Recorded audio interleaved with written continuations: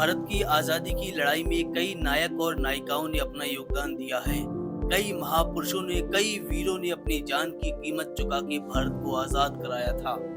साल 1857 से लेकर 1947 तक भारत की आजादी की बहुत सारी लड़ाइयां हुई। इस दौरान अनगिनत आंदोलन हुए, खूब सारी जंगें लड़ी गईं, जिसमें सैकड़ों हजारों वीरों ने अपने अदम्य साहस का परिचय दिया। उस दौरान हजारों वीर और वीरंगानाएं और हमारे सैनिक देश को आजाद कराने के लिए अपने प्राणों की बलि दे गए और ना जाने कितने ही गुमनामी में मौत की नींद सो गए। तो आज हम एक ऐसी वीरंगाना के बारे में बात कर रहे हैं जिसे सब भारत की प्रथम जासूस यानी नीरा आर्य के नाम से जानते हैं। आज हम नीरा आर्य से जुड़े बहुत सारे अनसुने किस्सों को जानेंगे। आखिर नीरा आर्य को नीरा नागिन नाम क्यों दिया नेताजी सुभाष चंद्र बोस ने? क्यों नीरा आर्य ने अपने पति को मार डाला? क्यों उन्हें काले पानी की सजा हुई? सजा के बाद उन्हें बार बार टॉर्चर किया गया तो उन्होंने अपने मुंह से सिर्फ एक ही शब्द निकाला। वो शब्द क्या था? क्यों जेलर ने नीरा आर्य का ब्लाउज फाड़ डाला? जब देश आजाद हुआ तो आजादी के बाद नीरा आर्य को क्या मिला? ये सारे अनसुने किस्से आज हम नीरा आर्य के बारे में जानेंगे। देखो, वैसे तो नीरा आर्य के साहस की कोई सीमा नहीं थी। उनमें अपने देश के प्रति कूट कूट कर साहस भरा हुआ था। ऐसी साहसी वीरंगाना शायद ही कोई भारत में दोबारा जन्मे। वो आज भी हम हिंदुस्तानियों के लिए एक देशभक्ति की मिसाल हैं। तारीख 5 मार्च 1902 को नीरा आर्य का जन्म उत्तर प्रदेश के बागपत के खेगड़ा में हुआ था। इनके पिता सेठ छज्जूमल एक व्यवसायी थे। नीरा आर्य की शिक्षा कोलकाता में हुई थी। बचपन से ही नीरा आर्य भारत की आजादी के लिए प्रेरित थी और उनमें देशभक्ति की भावना भरी हुई थी।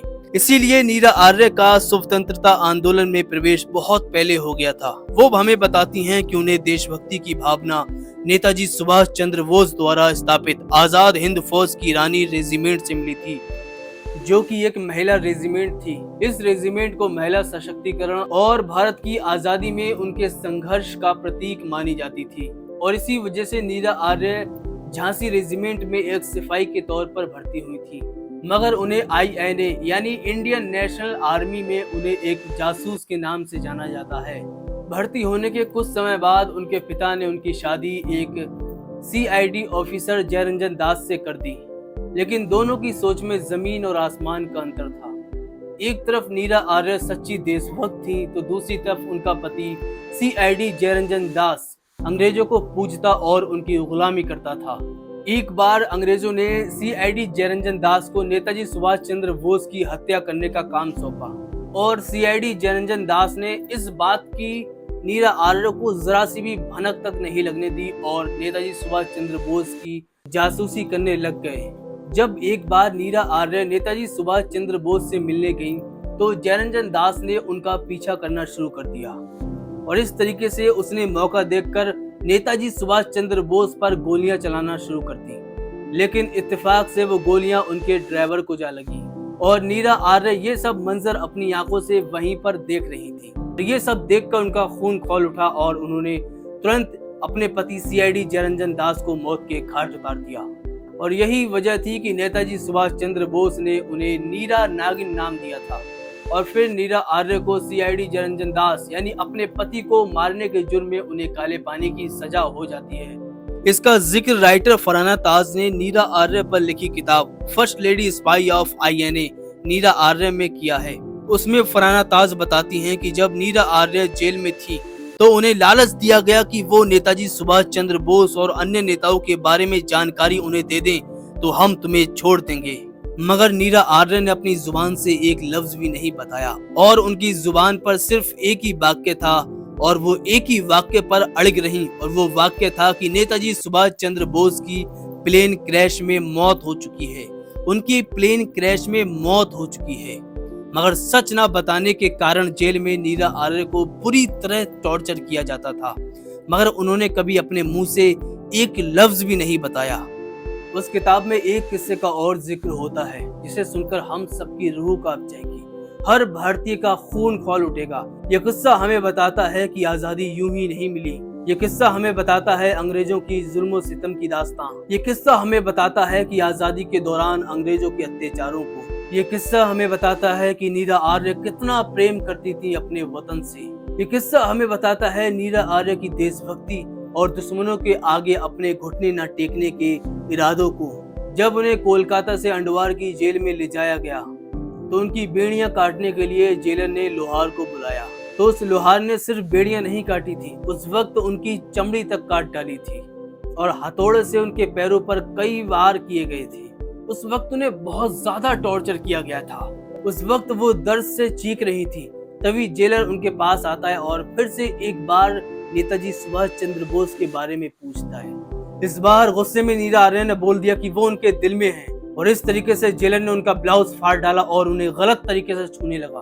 उसके बाद उस जेलर ने लोहार को आदेश दिया और नीरा आर्य का ब्रेस्ट ही काट डाला और कहा अगर दिल में है तो हम दिल ही उखाड़ लेंगे। ये किस्सा हमें बताता है उस वक्त अंग्रेजों ने भारतीयों पर कितना जुल्म और सितम किया था। तो आजादी हमें यूं ही नहीं मिल गई थी, इसकी हजारों भारतीयों ने, वीरों ने, वीरंगानाओं ने, महापुरुषों ने, हमारे महान सैनिकों ने भारी कीमत चुकाई थी।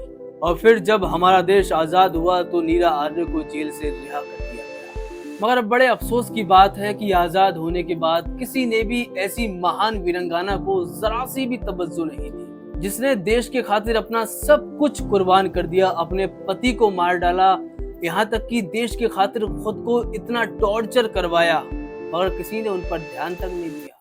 और इस तरीके से नीरा आर्य और उनकी वीरता को भुला दिया गया। और बताया जाता है कि नीरा आर्य ने अपने आखिरी के दिन गुमनामी में काटे। ये सब उस इंसान के साथ हुआ जिसने कभी अपनी परवाह नहीं की, अपने परिवार की परवाह नहीं की, सिर्फ और सिर्फ देश को आगे रखा, देश के लिए जिया।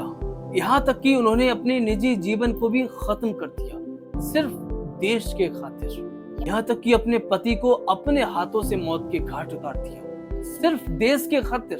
नीरा आर्य ने भारत को आजाद कराने के लिए इतनी मुश्किलों का सामना किया कि हिम्मत तक साथ छोड़ जाए। इतने टॉर्चर, इतने जुल्मों सितम सहे कि रूह तक दोबारा उस जिस्म में आने से मना कर दे। इतना सब कुछ करने के बाद भी उस महान वीरंगाना को भुला दिया गया। बड़ा दुख होता है ये बताते हुए कि वो अपने आखिरी दिनों में हैदराबाद के फलकनुआ में एक झोपड़ी में रहने लगी थी और वहां पर फूल बेच के अपना पेट पालती थी।